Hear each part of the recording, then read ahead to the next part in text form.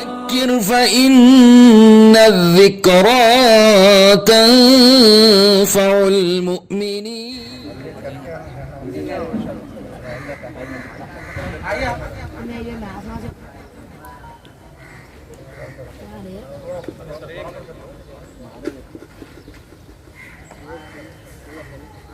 السلام علیکم ورحمۃ اللہ وبرکاتہ. اے وطن جان تجھ پر لٹائے تھے ہم، خون ساگر سے بڑھ کر بہائے تھے ہم. اے وطن جان تجھ پر لٹائے تھے ہم، خون ساگر سے بڑھ کر بہائے تھے ہم. سندھ ہو یا ہو گجرات دلی دکن، ہے ہمارا بھی حق تجھ پہ بھارت وطن. سندھ ہو یا ہو گجرات دلی دکن، ہے ہمارا بھی حق تجھ پہ بھارت وطن. ہے ہمارا لہو تجھ میں گنگو جمن، تیرے لالا و گل ہم بھی ہیں اے چمن. زلف بر ہم کو تیرے سجائے تھے ہم، زلف بر ہم کو تیرے سجائے تھے ہم. خون ساگر سے بڑھ کر بہائے تھے ہم. اے وطن جان تجھ پر لٹائے تھے ہم، خون ساگر سے بڑھ کر بہائے تھے ہم.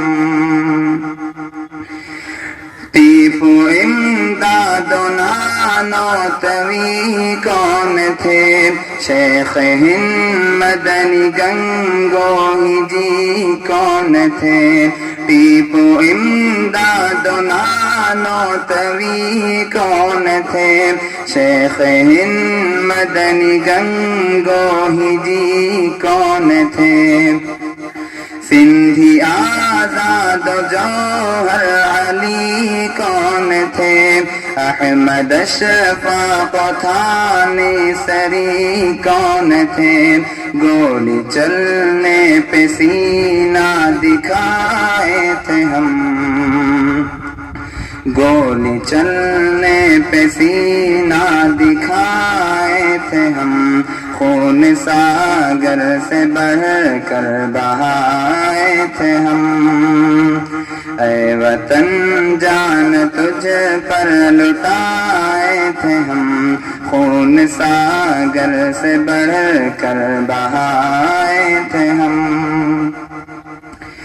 وقت مشکل پہ سنگ تیرے ہم تھے کھڑے، جسم سڑکوں پہ کٹ کر ہمارے گرے. وقت مشکل پہ سنگ تیرے ہم تھے کھڑے، جسم سڑکوں پہ کٹ کر ہمارے گرے. سولیوں پہ تیرے واسطے ہم چڑھے، تیری خاطر سدا دشمنوں سے لڑے. تیرے دشمن پہ بجلی گرائے تھے ہم، تیرے دشمن پہ بجلی گرائے تھے ہم. خون ساگر سے بڑھ کر بہائے تھے ہم. اے وطن جان تجھ پر لٹائے تھے ہم، خون ساگر سے بڑھ کر بہائے تھے ہم.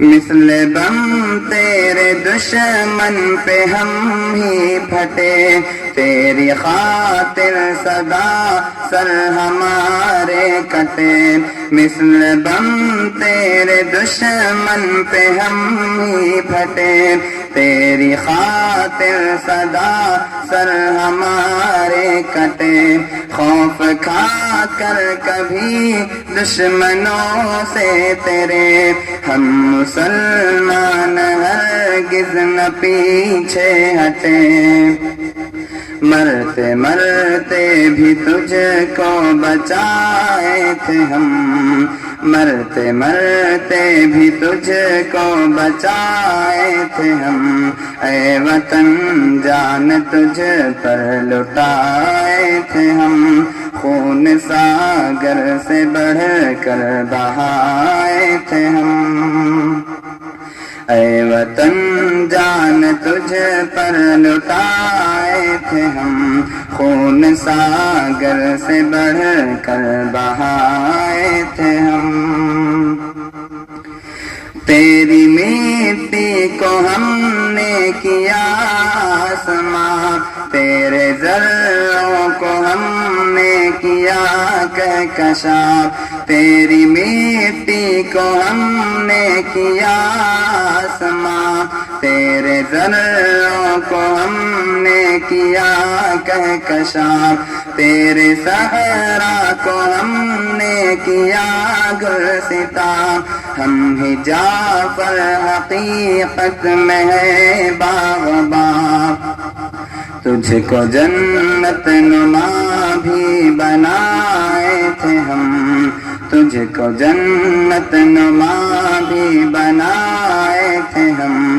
خون ساگر سے بڑھ کر بہائے تھے ہم، خون ساگر سے بڑھ کر بہائے تھے ہم، اے وطن جان تجھ پر لٹائے تھے ہم، خون ساگر سے بڑھ کر بہائے تھے ہم۔ بسم اللہ الرحمن الرحیم، الحمد للہ رب العالمین، والصلاة والسلام على اشرف الانبیاء والمرسلین وعلى آلہ وصحبہ اجمعین، اما بعد۔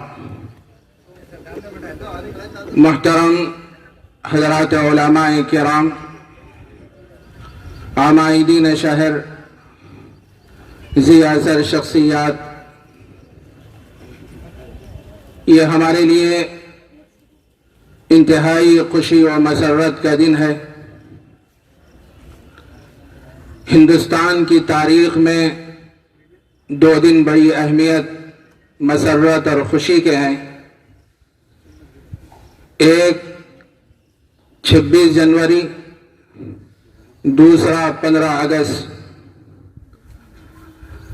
آج ہم اس وقت وطن آزادی کی 75ویں یوم آزادی کی مناسبت سے یہاں جمع ہیں۔ ہماری دعوت پر جتنے حضرات یہاں تشریف لائے ہوئے ہیں، ہم سب کا شکریہ ادا کرتے ہیں۔ میرے عزیز دوستوں، بزرگوں، ہم سب جانتے ہیں کہ انگریز جب ہندوستان میں پہنچے تو ایک تاجر کی حیثیت سے پہنچے تھے، لیکن اپنی عیارانہ چالوں کے ذریعے سے وہ ہندوستانی قوم کو غلامی کی زنجیروں میں قید کرنے میں کامیاب ہو گئے۔ کئی سالوں تک مسلمان اور دوسری اقوام مصیبتوں کو جھیلتے رہے، برداشت کرتے رہے۔ خاص کر مسلمانوں کو نشانہ بنایا جا رہا تھا، مساجد کو منہدم کیا جا رہا تھا، قرآن مجید کو جلایا جا رہا تھا۔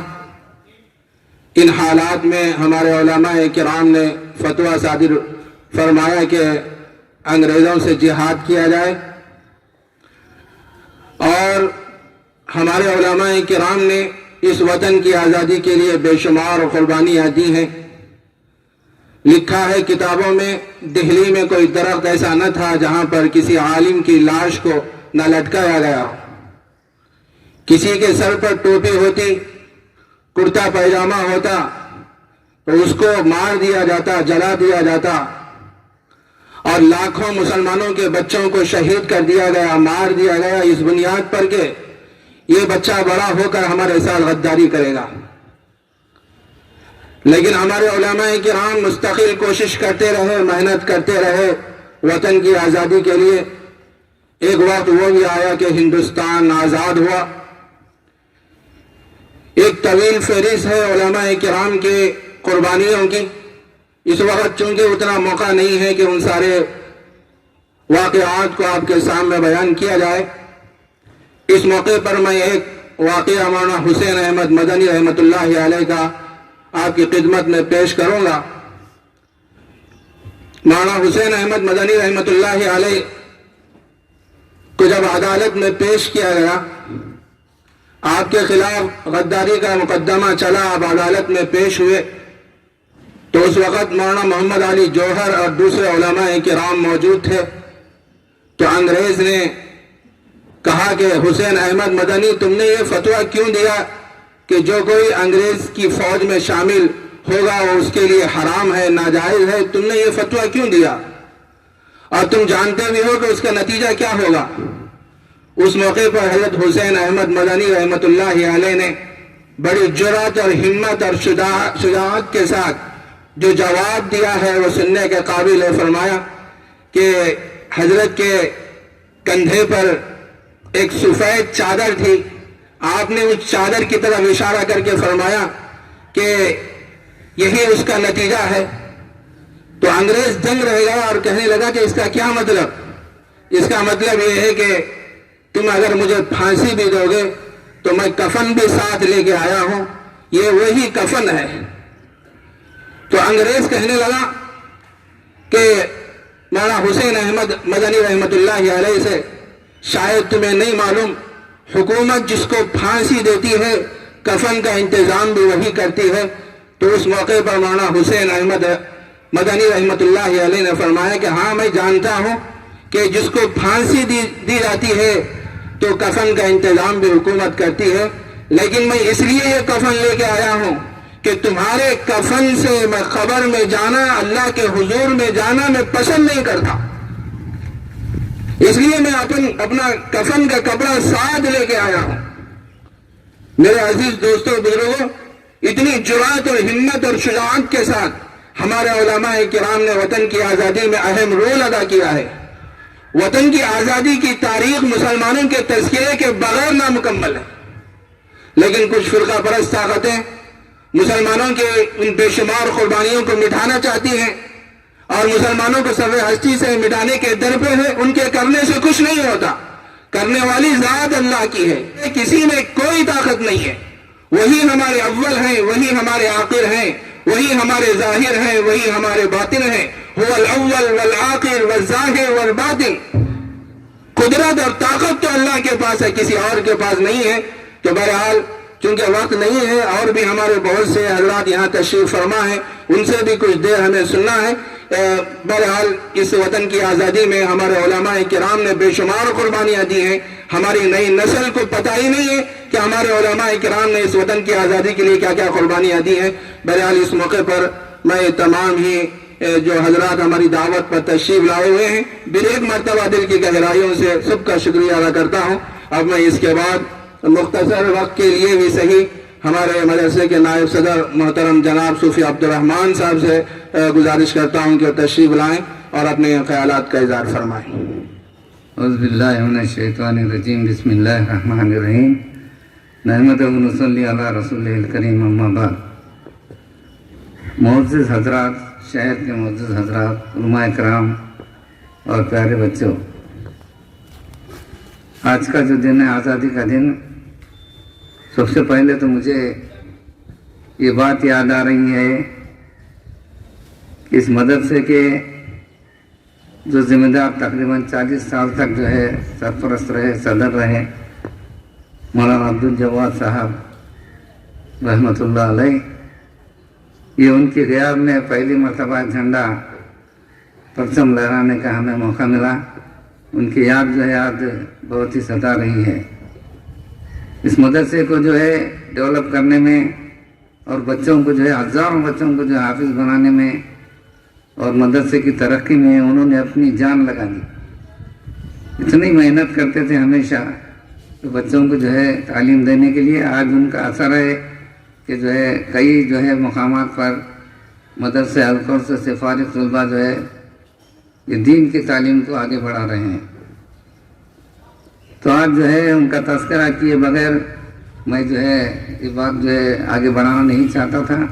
پھر بھی جو ہے ایک واقعہ آپ کے سامنے بیان کر کے میں اپنی بات کو ختم کرتا ہوں. آج کی جو نئی نسل ہے ان کو یہ معلوم نہیں ہے کہ ان 75 سالوں سے پہلے اس دیش کو آزادی کرنے کے لیے انگریزوں کی حکومت سے ہمارے جو ہے علماء کرام کے تعلق سے ابھی مفتی صاحب نے آپ کو تفصیلات رکھی. سب سے زیادہ جو ہے قربانیاں ہمارے مسلمانوں کی اس دیش کو آزاد کرنے میں اور پہل کرنے میں بھی جو ہے ہمارے علماء کرام ہی ہیں. تو یہ جو ہے تاریخ کو مسخ کرنے کی کوشش کی جا رہی ہے اور یہ بتایا جا رہا ہے کہ مسلمان یہاں جو ہے باہر سے آئے ہوئے ہیں. بھگت سنگھ شہید کو جب انگریزوں نے سولی پر لٹکانے کے لیے اس سے ایک سوال کیا، کتابوں میں ہم نے پڑھا ہے کہ یہ مسلمان باہر سے آئے اور تقریباً 800 سال حکومت کیے، لیکن ان کے خلاف کبھی بھی آپ لوگوں نے جو ہے کسی قسم کی جو ہے کوئی تحریک نہیں چلائی. اور ہم لوگ کم از کم جو ہے 100 سال اس سے زیادہ جو ہے یہاں پر ہم جو ہے حکومت کر رہے ہیں اور ہمارے خلاف جو ہے آپ لوگ جو اتنی اپنی جانوں کی بازی لگا کر ہندوستان کو آزاد کرانے کے لیے کیوں لڑ رہے ہیں؟ تو بھگت سنگھ نے جواب دیا، مسلمان ضرور باہر سے آئے لیکن اس ملک کی ترقی میں اپنی جان تمام جو ہے لگا کر اس ملک کو جو ہے ترقی دینے کے لیے یہاں کوشش کر رہے ہیں اور وہ یہاں اس ملک کو ترقی دے کر اپنی جان یہیں گنوا کر یہیں مدفن ہوئے ہیں. لیکن تم لوگ جب سے جو ہے حکومت میں آئے ہیں ہندوستان کی ساری دولت اپنے برطانیہ کو بھیجا رہے ہیں اور جتنے بھی جو ہے قیمتی ہیرے جواہرات ہو یا ملک کی جتنی بھی دولت ہے تم جو ہے اپنے ملک کو بھیجانے کی فکر کر رہے ہیں، اس لیے ہم تم کو غدار کہتے ہیں. یہ جواب تھا بھگت سنگھ کا. لیکن افسوس کی بات یہ ہے کہ جنگ آزادی میں تمام اقوام مل کر لڑے ہیں. کبھی جو ہے فرقہ پرستی کی بات اس وقت نہیں آئی. لیکن آج ہم دیکھ رہے ہیں کہ اس تاریخ کو مسخ کر کے یہ بتایا جا رہا ہے کہ ہندوستان کے جتنے مسلمان ہیں وہ وفادار نہیں ہیں. ہم چیلنج کر کے ان کو بولنا چاہ رہے ہیں کہ ہمارا ہندوستان ہے، ہم جنگ آزادی میں حصہ لیے ہیں، ہم یہیں کے رہنے والے ہیں، یہیں رہیں گے، ہندوستان کے سارے اس پہ ہمارا حق ہے، ہم جانے والے نہیں ہیں. تو آج کے جو لوگ ہیں جو اپنے آپ کو جو ہے ہندوستان کے مالک سمجھ رہے ہیں ان کو یہ معلوم ہونا چاہیے کہ ہندوستان میں تقریباً 30 کروڑ مسلمان ہیں. یہ ہندوستان کے بہت ہی وفادار ہیں، آگے بھی رہیں گے وفادار. ہندوستان کی ترقی میں ہمارا بہت بڑا رول ہے.